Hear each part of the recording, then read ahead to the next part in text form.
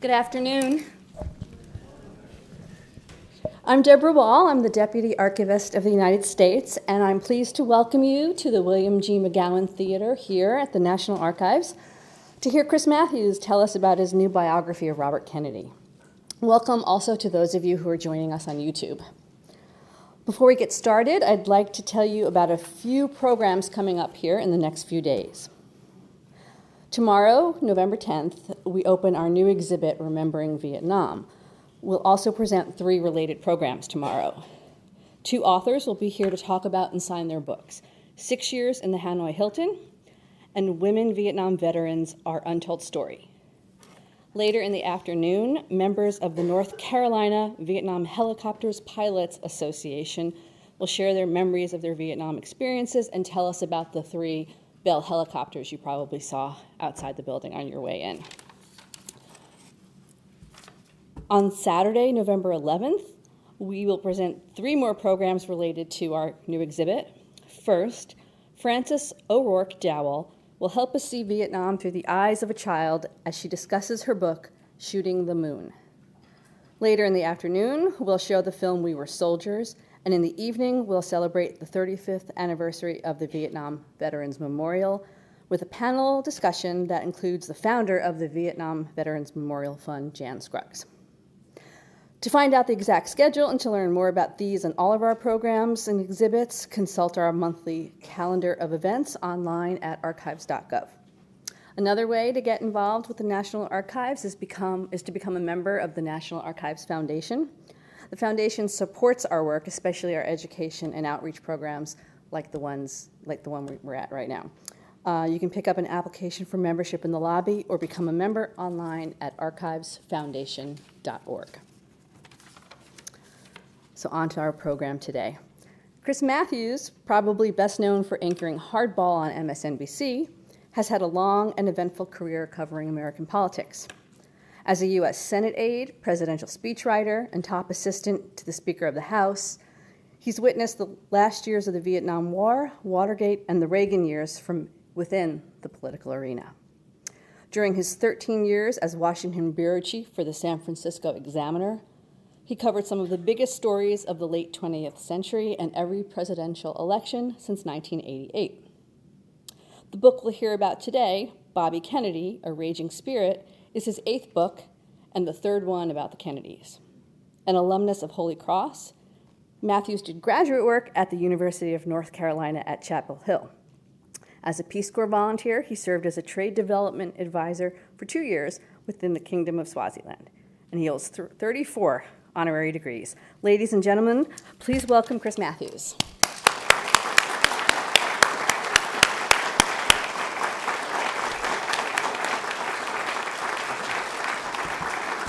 Thank you. Well, in a few minutes I'll be able to see you, and thank you for coming in. I'm on the road now. The book just made number 2 on the New York Times list. I just got the word yesterday. I'm right behind Bobby is in close pursuit of Leonardo da Vinci.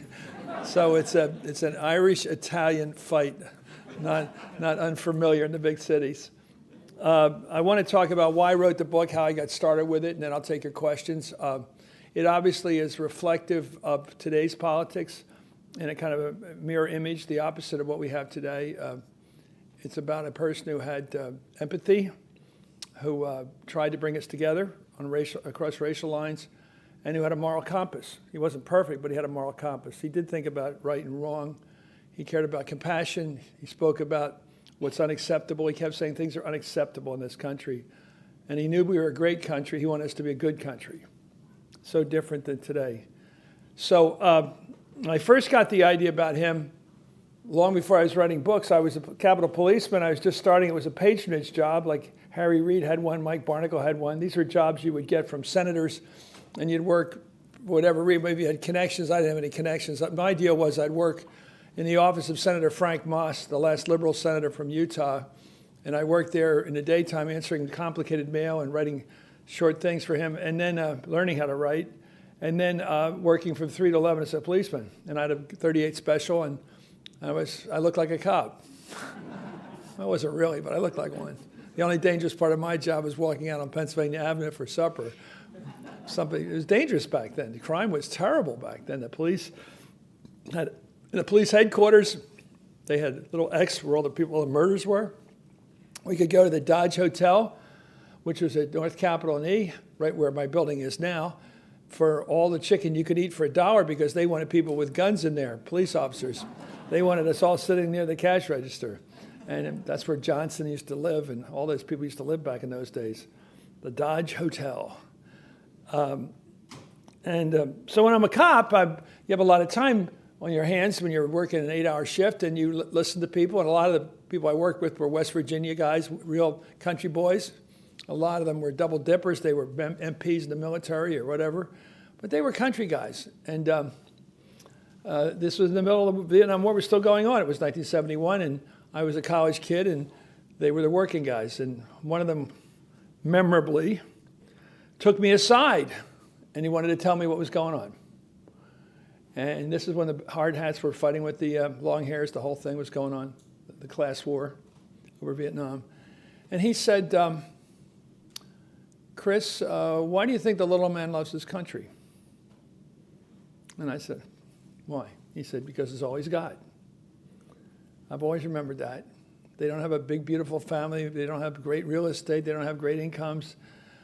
They may not have even good health. They may not have anything. But they have the flag they fought for, and they have their country. And I think that a lot of the elite in this country get so sophisticated with their Carole King concerts and things like that that they think that they have something to celebrate. And what they're really celebrating often is their elitism.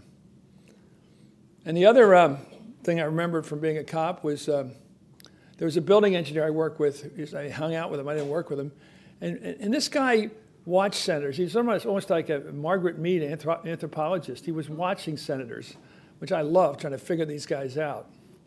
And he noticed something that I thought was rather telling about these liberals. Now, there were the snooty liberal senators like Ribicoff. They'd walk around with their nose in the air and trying to pay no attention to the normal people, and Fulbright, of course, and they all had a certain senatorial walk even. You can even watch them walk a certain way. You know how jocks walk a certain pigeon-toed way in college, holding their books a certain way? Well, jocks all walk the same way in college, and then kind of a precious way of walking. And senators had their own little precious way, this ceremonial walk of a U.S. senator. And Vance Harkey, I think, had the most pronounced. Anyway, he noticed something about, he said, of all the big liberal senators who supposedly cared about mankind would walk by, they'd all ignore the cops except for one. That was Bobby Kennedy, who always made a point of saying hello, greeting the cop. And that told me everything. That was one of those little David Brooks kind of noticings. You know, Brooks sees a girl in a blue dress and writes a book about it, you know. What told me about it then was class, basically, that he wasn't snooty, that he wasn't an aristocrat like his brother Jack, Jack's friends were multi-generational old money. He had the closest he had to a guy of a regular background was Red Fay, whose father was a pretty wealthy contractor, but all of his friends were Ormsby Gore and Charlie Bartlett and Ben Bradley. They all were very much in the good book. They were all, as Ben would say, in the stud book. That's what Ben liked to say. He was in it. But Bobby, I've been able to figure out, his friends called him Bob, not Bobby. He didn't like Bobby. That was for the family. His friends were his friends. They worked with him. Frank Mankiewicz, of course, who I knew, and Ed Guthman before him. There was press guys. Paul Corbin was his Bobby, his henchman.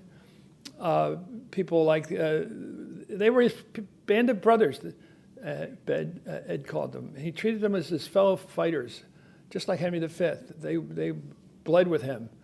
And it was very much like that to work with. That also made me like him because I was a staff guy. I like principals that treat their staff as colleagues, not as servants or employees. And he was like that. He had his parties mixed all kinds of people. What Bobby liked were people of achievement and physical courage. He loved jocks, Rosie Greer, people like that. And he liked guys that competed in sports. He liked Jim Whittaker, the guy who climbed the difficult side of Mount Everest. He had him all around with him all the time. And he loved John Glenn, of course, who had done what he'd done. He just loved physical courage. He wasn't impressed with background or family or any of that stuff. That didn't hit Bobby. Bobby was a meritocracy kind of guy. I think what makes him today important to me and to people who read the book and think about him is that in a time of racial division, which seems like it's not going away even after Obama, that he really tried to do something. He will be remembered forever, I think, appropriately for what he did the night of April 4th, 1968, as he was campaigning in Indianapolis. That day he had spent at Notre Dame, at Ball State University. In fact, he had just left Ball State, where he told an African-American kid, don't feel despondent, be hopeful, because most white people and most black people want this to be a better country. They want people to get along and have equality. And then as he's leaving, he gets the word that King has just been shot. Dr. King has been shot. And he says, why did I have to tell that kid all that good stuff? And now that kid knows it's not true. So he's feeling bad about having preached hope. When he arrived in Indianapolis that night, he wanted to go to his tough black neighborhood, and the cops wouldn't go with him. They refused to give him an escort. They weren't going to go in. They were afraid to go in, I think. There had been a lot of rioting in this country by 1968. And he said, I have to go. He understood he had to go. So he went in, and he got up on a flatbed truck. It had all been prepared. He wasn't going to walk away from it. And I have the old NBC tape. I'd be able to get that stuff because I work at MSNBC, and I got the old tape. And what he said was right before he went on to speak, do they know yet? And the guy next to him says, no, they don't know yet. It's the days before Twitter and social media and all that stuff. And people heard things by either word of mouth or they heard it on the car radio, but these people were all there living it. They weren't on the radio. They weren't listening. They didn't know. So he went before them and he had to tell them. And he basically said, I'm not going to speak very long today because of what just happened. This horrible thing just happened. And he had to explain. And he was basically in an awkward way. He's often awkward trying to explain that he understood victimhood. He lost a brother to a white guy, which always struck me as kind of odd to say, a white guy, because he wasn't, Lee Harvey Oswald didn't shoot Jack Kennedy because he was good on civil rights or because he was a different ethnic group or racial group. He just shot him because he had his own communist reasons for doing that. But it's interesting that Bobby was desperately trying to find common experience with the people in front of him and being a victim himself, which he often tried to do. And he ended up saying things like, we have to make an effort. That was my favorite phrase of Bobby Kennedy and all that I've read about him. We have to make an effort. He didn't say we have to change, we just have to make an effort. That blacks and whites are not going to go to the same music, they're not going to hang out together necessarily, generally, but they should have common hopes and probably common politics, that they should have goals that make sense for both communities. And I think Bobby just said, we ought to make an effort. I just grabbed me. And it's the same today, if you just make an effort. The guns that killed him, a few weeks after this happened, after King was killed, Dr. King is killed, Bobby is thinking about guns, like we all are today. And he goes to Roseburg, Oregon, which of course was later, just last couple of years ago, a scene of another mass killing in Roseburg, Oregon. Another one of those names of a town like now, Sutherland or one of these places, or they all just become names of places where there's a mass shooting. And he went before the people and he was told by the local sheriff, don't talk about guns. These are all lumberjacks here. They're all gun guys. So of course he talked about guns. And he's running for president. And he's telling this audience, Oregon was going to be tough for him anyway, but he said, you know what? My brother was killed. He knew his brother had been killed by a male with a rifle, but he talked about the case of a guy on death row. I don't know if this story's true or not, but Bobby told it. A guy on death row sent away for a rifle, and it arrived. I don't know what klutzes or fools thought, well, we got a gun here, and it's for this guy on death row. I guess we got to deliver it. I don't know what clowns did this, but he said it happened. I don't know if it got to the actual cell door or not, but I don't believe they actually handed him the gun. But he said it's ridiculous that people who are criminals and people with mental conditions and kids are able to order guns by mail. Of course, back then we thought it was kind of exotic when Jack Kennedy was killed by mail order. We don't think of anything of that today. Everybody's got guns. Anybody wants a gun. You can have guns that are bump stocks. But the interesting thing is, again, President Trump said again this week, we shouldn't be talking about guns so quickly after what just happened in Texas. And of course, that means we don't talk about it at all because it's not a topic afterwards. So it ends up never being talked about. But Bobby was talking about it before he was killed, 10 days before he was killed. I think that was timely for him. And of course, he was shot. It's the only time in my life I ever wrote a congressman. Johnny Carson, who never talked politics, was a friend of Bobby. He lived in the same building, UN Plaza, New York. And he went on television the next night and said, I've never said this before, but I want you to write your congressman for gun control. And I did, last time I did it. But we all thought we might be able to do it then. We were still hopeful that the gun thing would get somewhere, and it just never does. Even the bump stock thing is off the agenda, and Trump's leading the way for making sure nothing comes up so we can move on in a country that's going to be violent and well-armed and victim to the same mental illnesses and family disputes like this one in Texas, this family dispute that somehow ended up being a justification in somebody's brain to go to a church and shoot everybody they saw, including 17-month-old kids. So the gun thing is with us, and I think it's a lot to do with the Bobby Kennedy legacy, that his brother was killed by a gun, he was killed by a gun, and he kept preaching against it. It didn't do any good. So our country is pretty much locked in.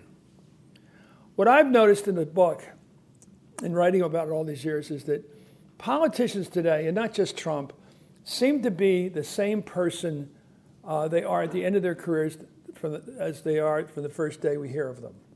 Chuck Schumer's Chuck Schumer. Mitch McConnell is Mitch McConnell. They're just what they are. They never seem to grow. They never seem to educate themselves. They never seem to become more philosophical or wiser. They never seem to become more worth listening to. In fact, they never say anything except what their staff wrote for them that morning. Some pissant stuff. Like, Trump comes out with this tax cut that's really 70% for well-off people. And Nancy, who I like, comes out and says, oh, it's a Ponzi scheme. Now, what staffer wrote that? Come up with something a little more sophisticated than the usual idiotic staff-written cold toast that they speak in. Bobby, from the beginning of his career, often was wrong in the beginning on every issue.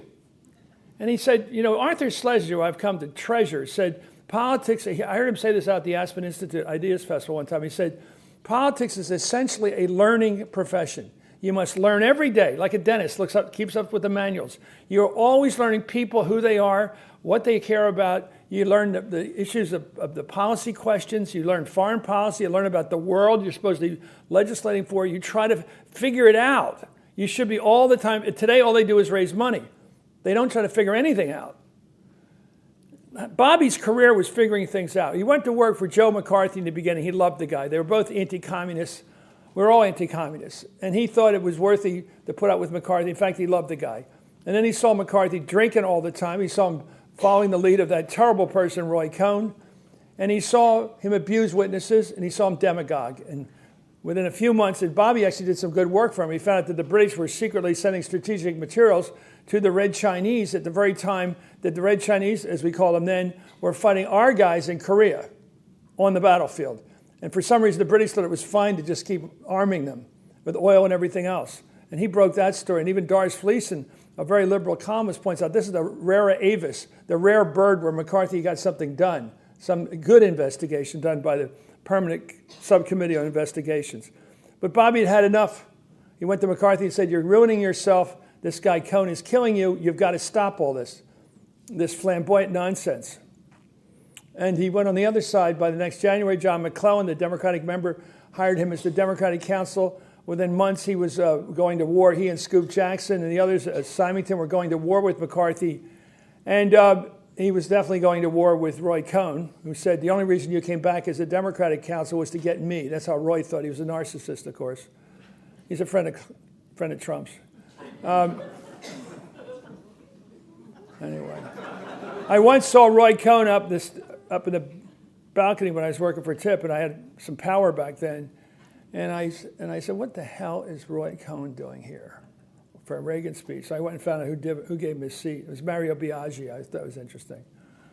Check him out. So Bobby was wrong, and he knew it. He ended up writing the resolution condemning McCarthy, even though he had tremendous affection for the guy. And one of the strongest stories in the book I got from Kathleen, his daughter, where his father got the word that McCarthy had finally done what he set out to do, drink himself to death. He finally achieved his goal in April of '57 at Bethesda Naval Hospital, where he kept a bottle of whiskey under his bed. He literally drank himself to death. And Bobby found out, he was so distraught at the airport when he got it over the car radio that McCarthy had gone and done it, that he drove around the airport 3 times. He was so distraught. And then he snuck to the funeral. He sat in the car hoping nobody would see him there right to the end. He was totally loyal. And the thing that Jack and Teddy later said they respect most about their brother was how loyal he was personally to McCarthy, even when the man was a villain in the world. Even after he had condemned him, he stuck with him. There's great stories in there about Bobby's personal loyalty to people.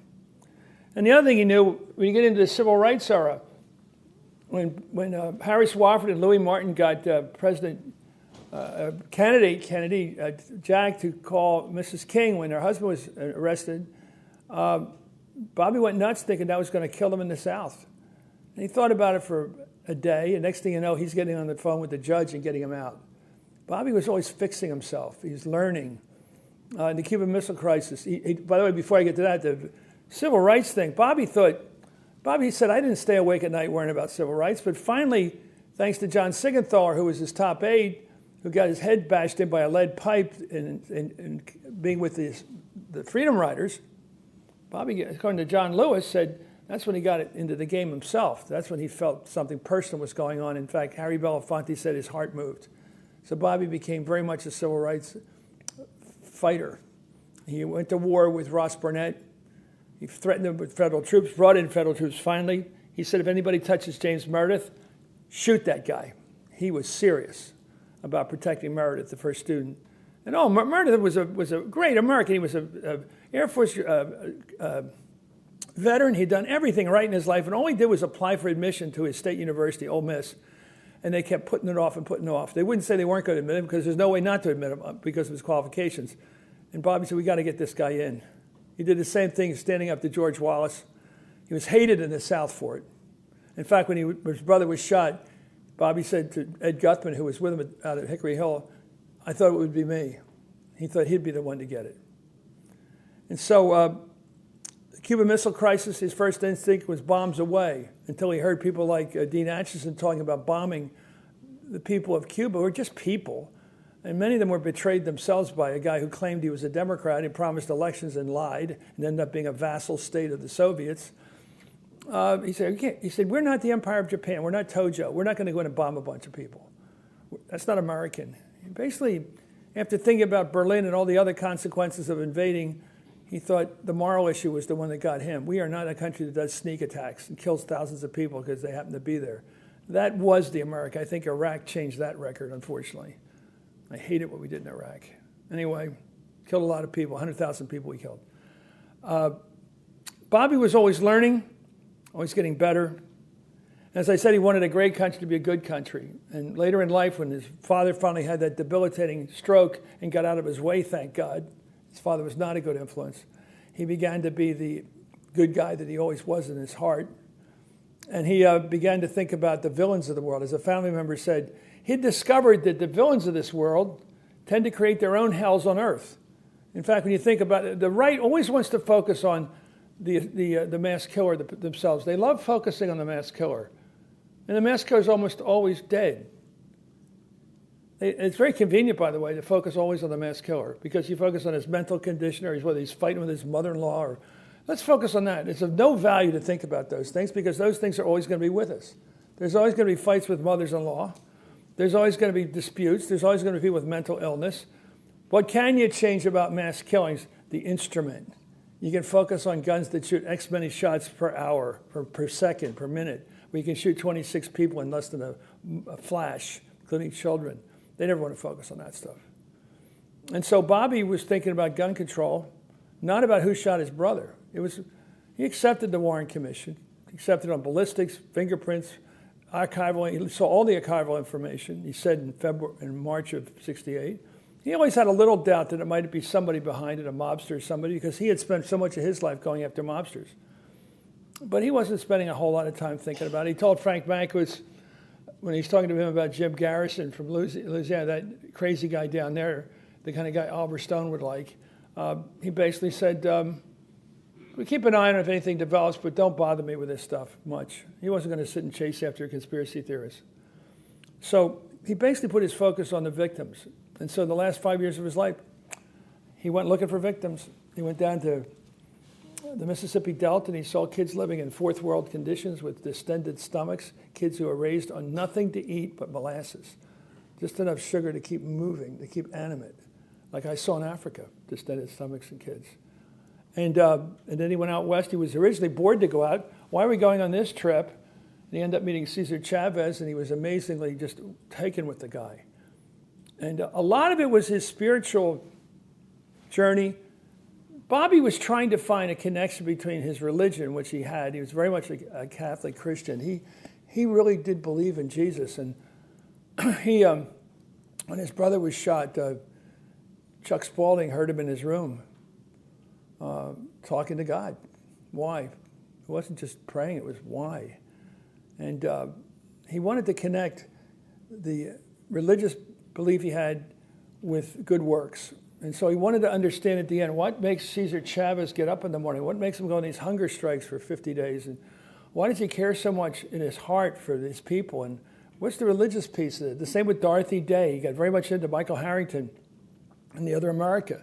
He had seen on his brother's doodlings right before he died the word poverty. And he thought, well, maybe that's what Jack wanted to do and never got to do.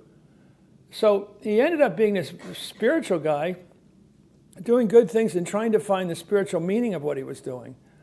I really think the thing about life is you never know when it's going to end. And Bobby, if you read the book, you'll find a guy who thought he wasn't going to die. He was taking risks in an almost sacrificial way, exposing himself before vast crowds, right out in the open. After his brother had been shot in the same exact situation, he kept doing it. But he thought he'd make it. He thought he might have a chance at the presidency. And then if you follow the book, you follow, like you often do in life, this dramatic arc of hope and expectation, just zap, dead. And the book, I think it's going to hit you with a profound sense that this should have gone on. In an ideal world, there should have been more of this guy. But I do think above all the people I served with in the Peace Corps and I've known since and gotten involved in politics with, people like Wayne Owens, who hired me he was an AA to Senator Moss. Those people carry a tremendous spiritual memory of the guy, more so than Jack or any of the 60s. It's Bobby that seems to hang in there, the spirit of Bobby Kennedy. And so I wanted to write this book. And as I came to finishing it up the last year, which was a brutal year for me, my marriage was not enjoying this. My wife calls it that room where I go. And if you think of my job as a regular 40 to 60 hour week job, sometimes 60, I had to squeeze it in before that 60-hour week, and then afterwards at night and all these weekends. And you're taking the time directly away from the family, and it was the only way to get it done. Because if you read my books, it's me. You don't have some big researcher coming in. Not that there's anything wrong with it, but I'll do it that way. It's me, and it's my memories and putting it together. And I think this might be my best book. It's number 2 on the bestseller list now. It's right behind Leonardo, as I said. Of course, that's all I think about is how I get past Leonardo. And Isaacson writes about genius. He's always good at it. If you ever get him here, you'll be lucky. He has an amazing ability to translate Einstein to us, and Ben Franklin and Steve Jobs. And I'd like him to do Machiavelli next. I think there's a genius. It'd be fascinating if he would. Maybe I should do that. I don't know. But nobody would buy a book that said Machiavelli. It sounds like they'd have to have it in a brown bag, like brown wrapper. Machiavelli, you're not supposed to learn that, but he was a genius. He was so smart. And anyway, I think you'll love this book if you read it. Somebody just called me, people cry all through it. It's got a lot of power of emotion and great history because it's about the mob frightening guys like Frank Heerdorf, the Human Torch, who lit himself on fire his last job, and he's lying there in a gurney, and the policeman comes by. I guess they're both Catholic, because he goes up and says, "You're about to meet your maker, Frank. Why don't you come clean?" And the guy goes, "F you." I mean, he's like a piece of bacon at that point. And these guys are frightening. And it's like, there's Johnny Dio, the guy that threw the acid in the face of Victor Rizal. I grew up, my dad was a Republican, but he thought Rizal was great. He was the labor lawyer that investigated the crooks in the unions. But I'll leave this with 3 predictions Bobby made. They all turned out to be true. One was that Jimmy Hoffa would not be able to quit the rackets. They'd kill him. Interesting. Whatever happened to Jimmy Hoffa? Maybe try to get out. He said that we'd have a black president, African-American president, in 40 years. He missed it by 7. Pretty good bet. It was hopeful. And he said that after the Bay of Pigs, Castro's going to bring in nuclear weapons and within a year. So I'm not saying he was a prophet or a visionary, but I think he tried. He made an effort. And I think whatever we have that follows Trump this time or next time, I think we should be looking for somebody with empathy for the people, that knows how to express empathy, that connects with people that have problems. I think of our presidents as being that person. He should always be that person. Someone who can unify us. I mean, the picture that I love more than any picture about politics is that picture there. I wrote this book for that picture. I saw that years ago, and when I did a magazine piece, it's a poor white family, dirt poor, showing a kind of an affectionate patriotism. The snap, the crispness of that salute tells you everything. We don't have that kind of gut leadership in the country where you see the person as your patriotic leader. And black families doing the same. When he died, singing spontaneously in Baltimore, 20,000 people singing spontaneously the battle hymn of the Republic. And white and black both saluting this guy's patriotism. I think we need a guy who tries for, or a woman who tries for that kind of unity again. We have a president now who tries for division and succeeds. And third, I think we do need a moral compass. I think we need a president who will say, that's wrong. That's unacceptable. We are a great country. Let's be a good country.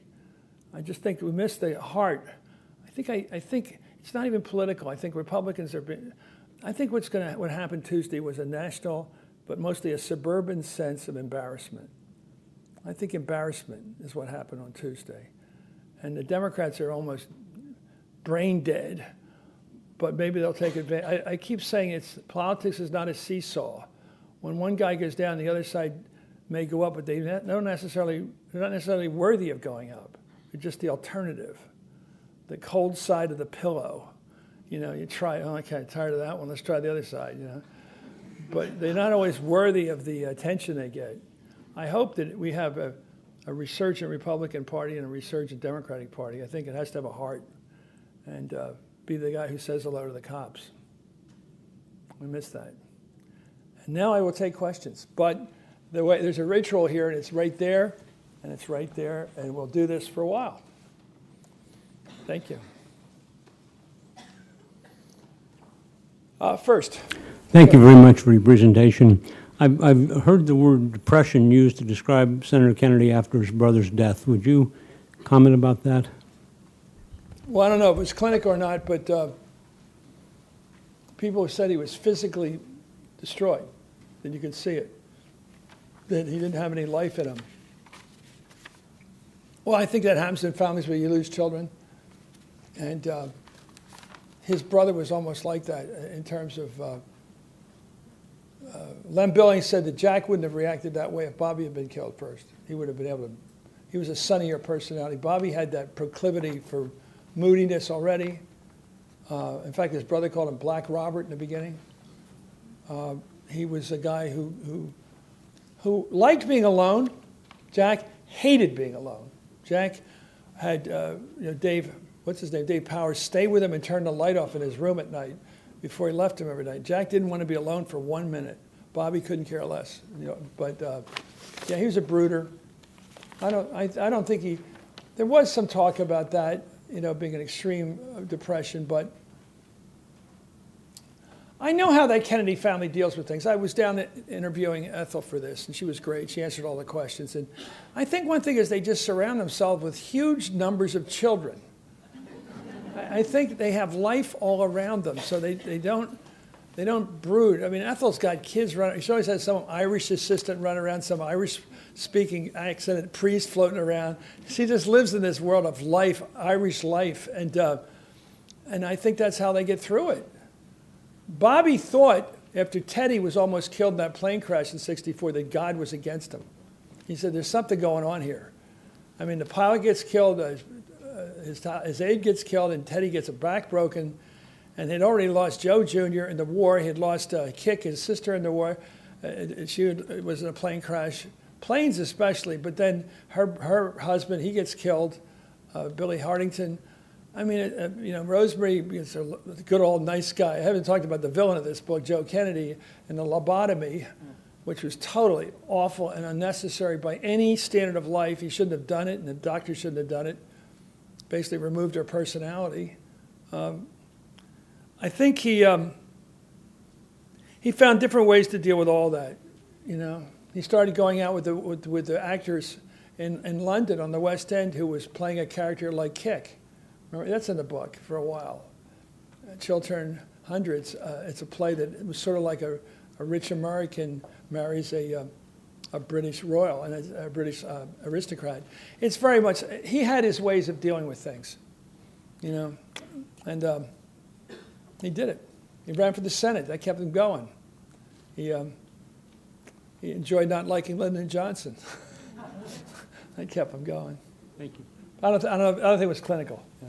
So, having not lived in 1968, one thing that amazes me is that Bobby gets into the race after Gene McCarthy already has some momentum.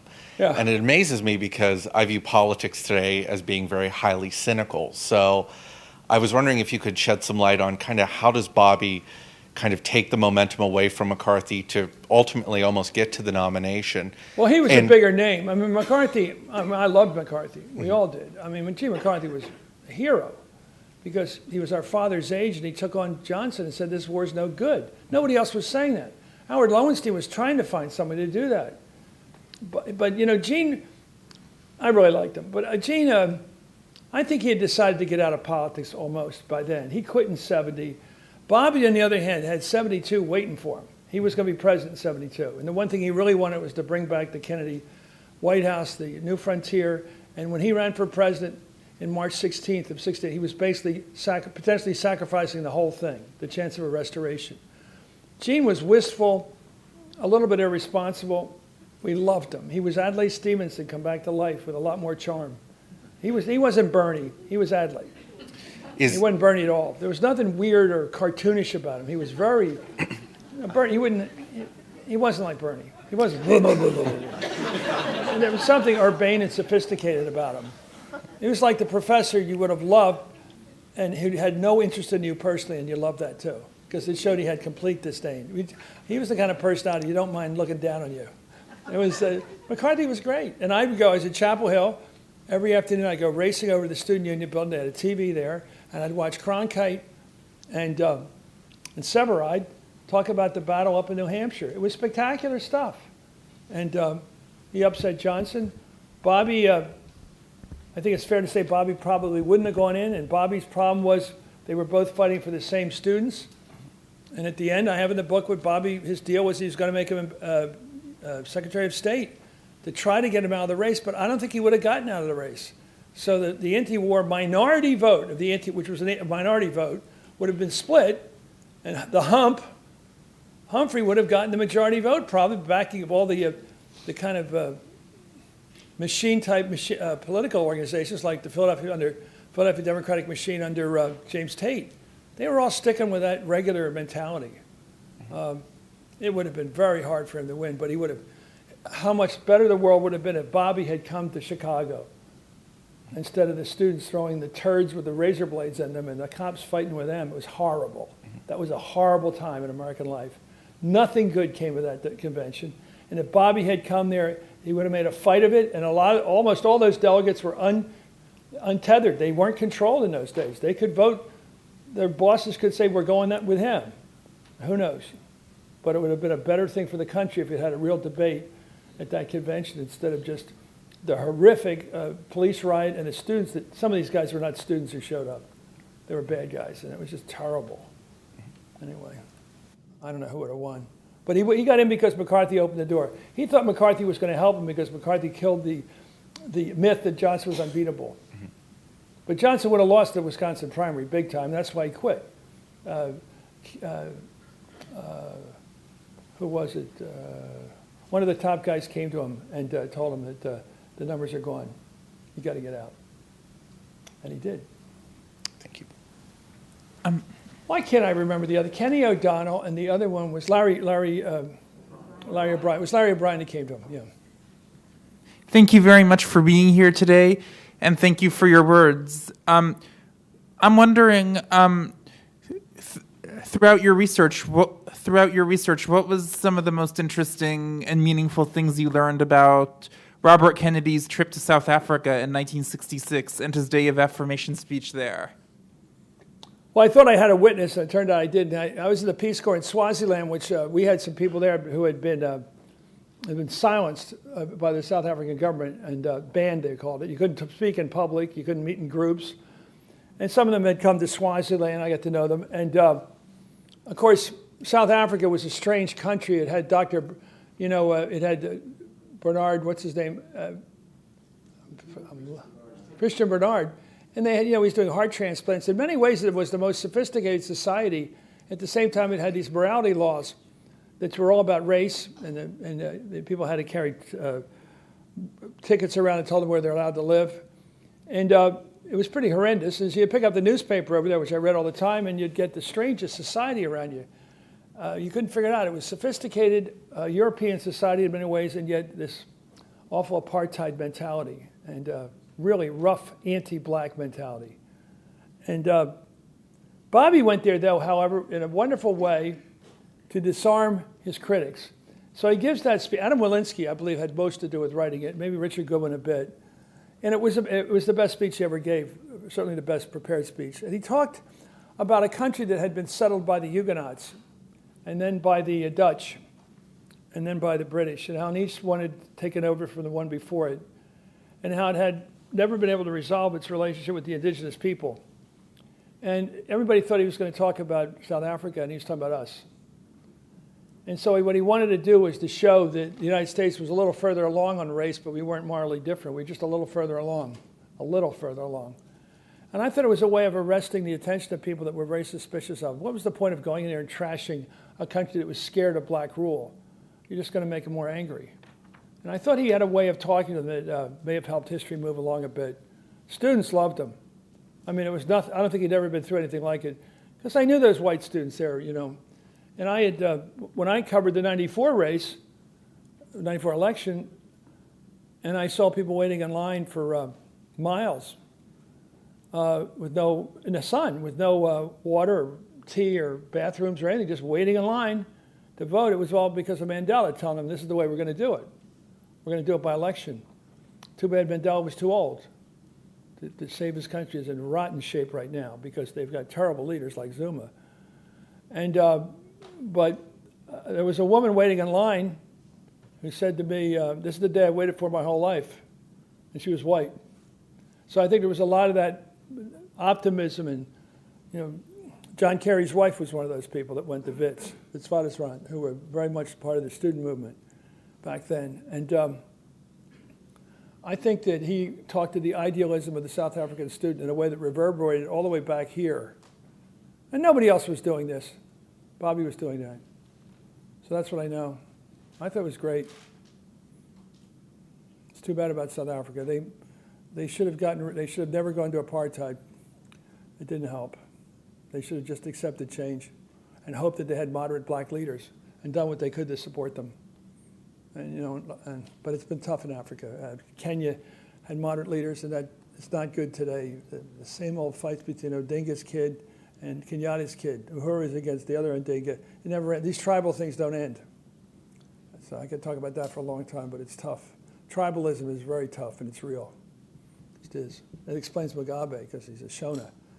And the other guy was a Montebello. and he would have been a much better leader, but he didn't have as big a tribe.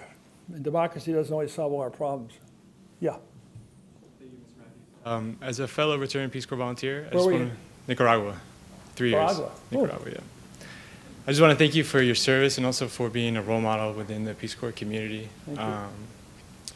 My question is, as we sort of look back and draw comparisons to contemporary figures, and knowing that people have observed of Bobby that he was a rare breed, and the fact that he was pragmatic and also idealistic. So who do you see now in the national public sphere who... I always get, and you're a good guy, I can tell. Look, I am tired. I hate this. I hate it. I can tell, I have gotten so little powerful impression from the new breed. I mean, I can tell you who I sort of like, but it's just like you meeting them. It's so ephemeral. It's just like, okay, who do I like? I've come because I've defined greatness down so far. It's reached the level of some people I now think. I think Sherrod Brown would have been a hell of a lot better running mate for Hillary Clinton than Tim Kaine. I think he would have been Rust Belt. He's got a gravelly, labor-type voice. He went to Yale, but he doesn't let it show. He comes across as a guy who would have been able to say to us, I care about the Rust Belt folk of Ohio, Pennsylvania, Indiana, Michigan, Wisconsin. I'm with you. She was never able to convey that. And it was marginal. It was this.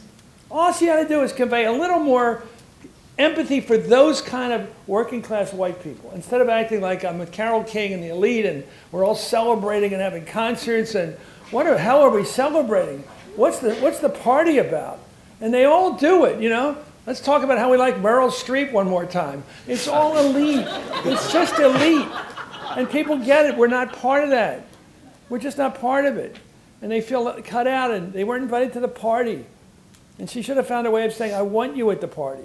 In fact, we're not even having a party. We're going to get together and work.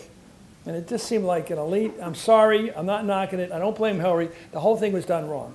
All this genius they had working in that campaign. And they never looked at the Electoral College. And they should have noticed how we picked presidents. California doesn't matter. Get it? It doesn't matter. It's always going to vote Democrat. New York's always going to vote Democrat. And it doesn't matter to the Electoral College. 270. Write it on your forehead. 270. That's how it wins. And in the House, it's 218. I worked on the Hill with Tip. 218. It's all that matters. You got the 218 or don't you? Everything else is BS. 218, 270. All right. If I were doing horse track betting right now, I would say if Elizabeth Warren runs with full vigor and broadens herself beyond Wall Street and stuff like that, she will be very tough to beat in Iowa. And Iowa's where it all starts, and they got a pretty left-wing crowd out there. She should be able to win it just grabbing the left, right? Get Bernie to endorse her. Bernie won't run. Endorse her. I don't know what their deal is, but endorse her. Then she grabs the left, which is the biggest chunk of the Democratic vote in the caucuses, wins there, goes back, doubles down, wins New Hampshire. I can see it coming. Then she has to go to South Carolina. Problem. So I look at Kamala. It's an Indian name. It's not Kamala or Kamala. It's Kamala. It's an Indian word. Her background's Indian. Kamala Harris is very attractive. She's got spunk. She seems to be interested in running for president. I get that from her. I only had dinner with her at Margaret Carlson's house one night, and I thought she was, I'm very skeptical. Somewhat envious sometimes of these people, so I'm a good judge because I'm not on their side necessarily. And I go, yeah, maybe. So I think her, I think those two women, and I can see Sherrod Brown, if he gets reelected, he probably will this time. He could be strong coming out of the perfect state for the Democrats to grab. If they can grab Ohio, add it to Virginia, they're going it. They're going in the right direction. Virginia, move up, grab Ohio, and then make a play for holding Pennsylvania, which they should have done last time. Hold Pennsylvania. It's doable. Trump is going to be playing defense next time. He's got to hold on to what he got. They can take it, but they got to be hard charging about it, and don't give him, some dunce that he can knock their head off. And she's got to get tough when he calls her. What's he call her? She's got to turn it around and call him Jughead.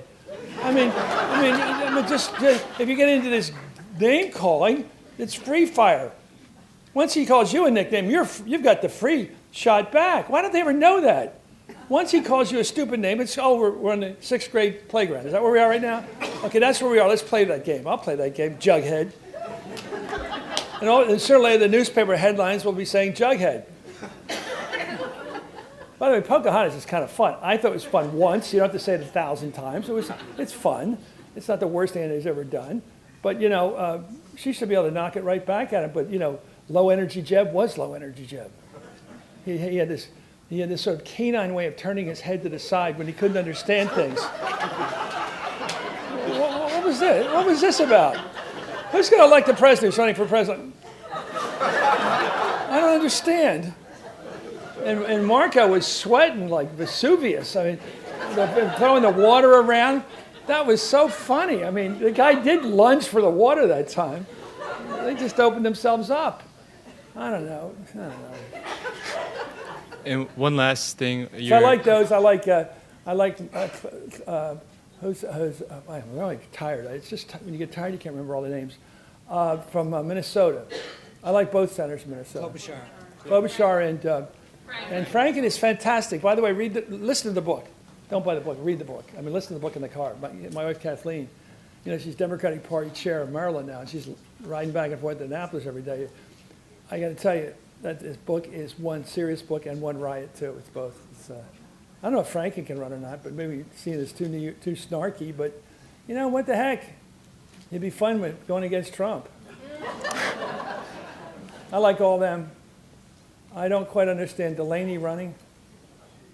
I don't understand Martin Malley running again. I think he might run again. But Biden's running. You heard it here. He is a candidate. I know it. It's not speculation. He is running for president. He will be the oldest candidate. He will be older than Reagan was when he left. And to imagine he's running for 2 terms. How does he say that? I don't know how you do it. How do you say, I want to be your 93-year-old president? I want to be your Hindenburg. I don't know how you get away with that. I mean, I'll only stay a while. I don't know. Keep looking. It all comes down to the same thing. The winner is one of those who runs. That's the thing. We in the media are so powerful. All the people we always wanted to be president have all won. President Cuomo. Remember him? We all love Cuomo. We all love, Colin Powell. Loved him. He's our favorite. We all love Kasich.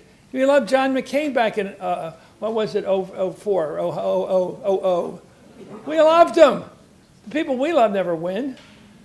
So this idea the media picks the president is crazy. It's just the media probably loved Adlai Stevenson. They did, didn't they? G. McCarthy, it doesn't work. Doesn't work. Well, I know others want to ask more questions, but what about Joe Kennedy III? He's a good guy. It's a long way from here to the presidency. Yeah. And I don't believe in dynasty and all that stuff. It's nonsensical. And we're not Brits, thank God. Oh, I do like Kate, though. We're allowed to like Kate, but we don't make her president. Anyway, is this it? Thank you. If I autograph... All right, hey, you're leaving without getting a book. They're leaving without buying a book, I can tell. Those people are not buying a book. They're not buying a book. They're sneaking out. They're the ones that leave church early. They leave church early. I know these people. They leave church before the priest does. Anyway, I'll sign every book you're ready. Yeah, for me. I'm so happy you came for me, and I hope you think about Bobby Kennedy. I think it's the kind of spirit we need. Thank you.